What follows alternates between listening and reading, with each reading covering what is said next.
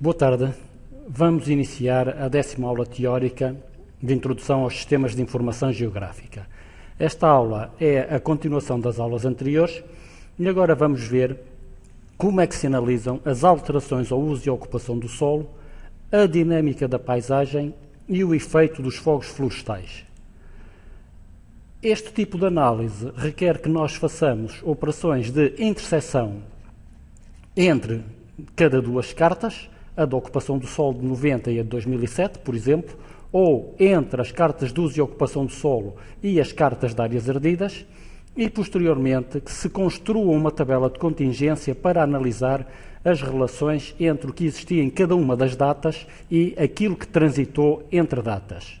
Vimos na aula anterior a relação entre a porção de área que manteve o mesmo tipo de uso e ocupação do solo e a que se modificou, e consultando a tabela de atributos, podemos ver, por exemplo, que aqui o espaço florestal em 2007 cresceu sobre o espaço urbano ou humano em 90, sobre improdutivos, e que o espaço humano ganhou terreno ou cresceu sobre o espaço agrícola. Portanto, isto são exemplos de alterações de uso e ocupação do solo. Aquilo que nós fizemos foi manter com o valor 0 as legendas que eram iguais, por exemplo, florestal ou humano e 1 em todas as zonas onde houve alteração ao uso e ocupação do solo, e criámos esta carta. Agora, vamos fazer a tabela de contingência. Em coluna vamos utilizar a data mais recente e em linha a data mais antiga. Assim, o total para 1990 será o somatório desta linha e o total para 2007 será o somatório desta coluna. O total geral será ou o somatório do somatório das linhas ou o somatório do somatório das colunas, e a total diagonal será o somatório dos valores que são comuns às duas datas. Relativamente àquilo que se ganhou entre 90 e 97, teremos a soma da coluna menos o valor que transitou da primeira data. Aquilo que se perdeu é a soma do que existia no passado menos o que transitou para a data. A manutenção é o valor da diagonal, ou seja, do que é comum às duas datas, relativamente ao total geral. Assim, por exemplo, para o exemplo que temos estado a trabalhar, após preencher a tabela de contingência, podemos ver que em 75,5% dos casos se manteve o mesmo tipo de uso e ocupação do solo. Consequentemente, em 24,5% houve alteração ao uso e ocupação do solo.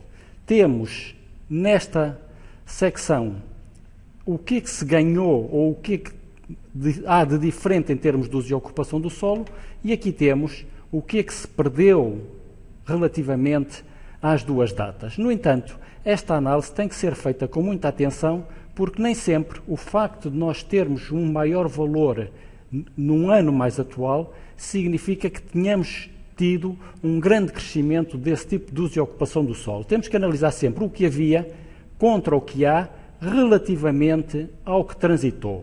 Assim, relativamente ao tipo de ocupação agrícola, temos que em 90 havia cerca de 560 hectares e em 2007 havia cerca de 700 hectares. Ganhamos 260 hectares de novas áreas, mas também perdemos 120 hectares de áreas anteriormente exploradas.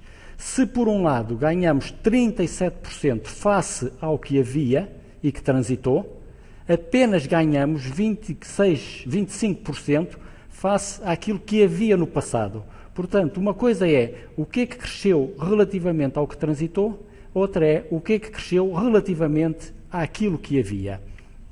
Analisando a dinâmica, dos 557 hectares ou 58 hectares que havia em 1990, perderam-se cerca de 16 hectares para atividades humanas, 105 para atividades florestais e 0,5 para improdutivos. Mas também houve ocupação de terrenos anteriormente afetos à atividade humana, à atividade florestal e ao improdutivo. Portanto, se perdemos por um lado, ganhamos por outro. Relativamente à atividade florestal, que é uma que mais nos interessa neste tipo de trabalhos sobre parques naturais. Em 1990 tínhamos cerca de 6.130 hectares e perdemos 1.787, portanto quer dizer que transitaram 4.340. Em 2007 tínhamos 4.450, ganhamos 115 hectares, mas perdemos 1.787. Analisando a dinâmica, podemos ver que há aqui um espaço que se perde e que se ganha água. Iremos ver mais adiante o que é que isto significa. Perdemos espaço para a atividade humana, perdemos espaço para a agricultura e perdemos essencialmente espaço para o improdutivo. Ou seja, havia 1.505 hectares de floresta em 1990 que, por um motivo qualquer, foram perdidos e atualmente não têm nada a crescer nesta região. Relativamente ao que ganhamos, perdemos para a agricultura estes cerca de 260 hectares, mas ganhamos cerca de 106. Portanto, este tipo de análise tem que ser sempre feito se quisermos estudar a dinâmica de uso e ocupação do solo. Temos que analisar o que perdemos, o que transitou e o que ganhamos. Com base nestas consultas, podemos agora fazer um mapa temático só para o espaço florestal. Começamos por fazer uma consulta por atributos e selecionar na shapefile que contém informação das duas datas, ou seja, na shapefile que resultou da interseção entre as duas cartas de uso e ocupação do solo, selecionamos tudo o que era uso do solo, uso e ocupação do solo em 2007 e depois mudamos o tipo de método para adicionar a nova consulta aos resultados da consulta anterior, Add to Current Selection, e selecionamos tudo o que era florestal em 90. Isto vai nos dar só o que era florestal em ambas as datas, bem como todo o tipo de transição que houve ou de alteração que houve entre estas duas datas.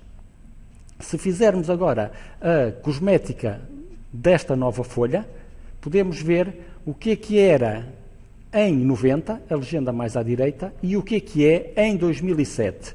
Relativamente àquele aspecto de floresta e água que chamei a atenção há bocado, o que podemos ver é que se refere às margens da albufeira. Ou seja, quando a albufeira está mais vazia, e uma vez que a albufeira é toda vegetada e arborizada e temos árvores a crescer na margem da albufeira, a albufeira é considerada floresta. Quando está mais cheia é considerada água, daí esta diferença. Portanto, é uma alteração fictícia.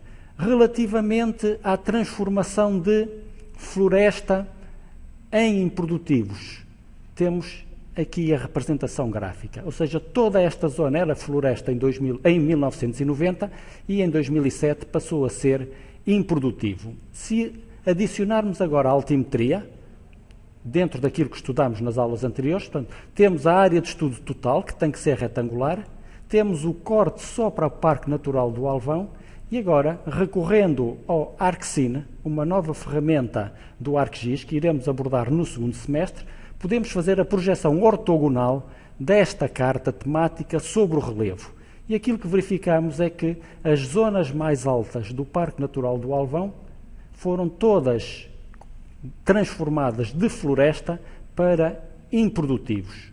Sobrepondo a carta de fogos florestais entre 2000 e 2013, podemos ver que também é nesta zona que se verifica a maior ocorrência de fogos e a maior recorrência desses mesmos fogos. Na próxima aula prática vamos abordar estas questões e tratar em particular a questão das áreas ardidas. Obrigado pela atenção.